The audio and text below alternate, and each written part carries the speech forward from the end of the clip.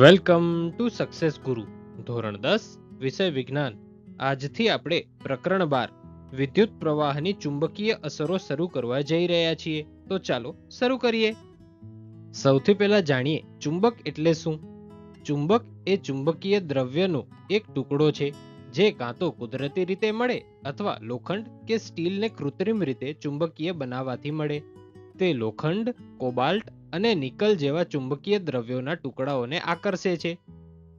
હવે જાણીએ ચુંબકીય ક્ષેત્ર એટલે શું.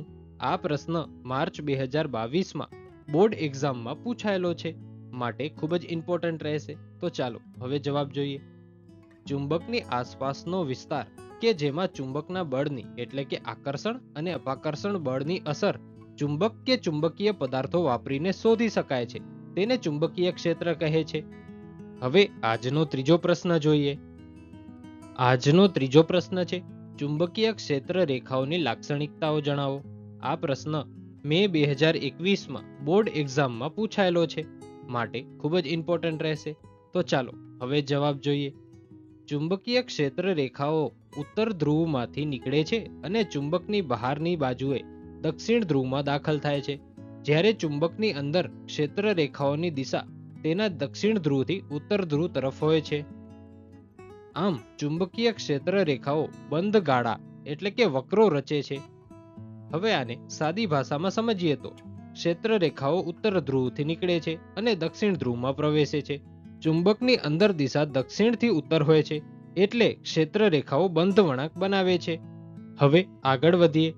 ચુંબકીય ક્ષેત્ર રેખાઓ ધ્રુવો પાસે એકબીજાની વધુ નજીક એટલે કે ગીચ હોય છે, જ્યાં ચુંબકીય ક્ષેત્ર પ્રબળ હોય છે. ચુંબકના મધ્ય ભાગમાં અને ચુંબકથી દૂર તેઓ એકબીજાથી દૂર એટલે કે છૂટી છૂટી હોય છે, જ્યાં ચુંબકીય ક્ષેત્ર નિર્બળ હોય છે. હવે સરળ શબ્દોમાં સમજીએ તો જ્યાં ક્ષેત્ર રેખાઓ ઘણી નજીક નજીક હોય ત્યાં ચુંબકીય ક્ષેત્ર મજબૂત હોય, જ્યાં ક્ષેત્ર રેખાઓ દૂર દૂર હોય ત્યાં ક્ષેત્ર નબળું હોય. ધ્રુવો પાસે રેખાઓ વધુ નજીક હોય છે, એટલે ત્યાં ક્ષેત્ર વધારે મજબૂત હોય છે. હવે આગળ વધીએ. ચુંબકીય ક્ષેત્ર રેખાઓ કદાપી એકબીજાને છેદતી નથી, કારણ કે જો છેદે તો છેદન બિંદુ પાસે હોકા યંત્રની સોય ચુંબકીય ક્ષેત્રની બે દિશાઓ દર્શાવશે, જે શક્ય નથી. હવે આને સરળ ભાષામાં કહું તો ચુંબકીય ક્ષેત્ર રેખાઓ એકબીજાને ક્યારેય કાપતી નથી, કારણ કે જો કાપે તો એક જ જગ્યાએ બે દિશા થઈ જાય, જે શક્ય નથી. હવે આગળ વધીએ. જો ક્ષેત્ર રેખાઓ સમાંતર અને એકબીજાથી સમાન અંતરે હોય તો તે સમાન ચુંબકીય ક્ષેત્રને દર્શાવે છે.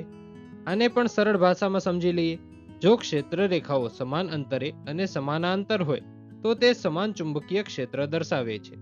આજનો આ પ્રશ્ન અહીં પૂરો થાય છે. Thanks for watching. આવા જ એજ્યુકેશનલ કોન્ટેન્ટ માટે સબસ્ક્રાઇબ કરો સક્સેસ ગુરુને.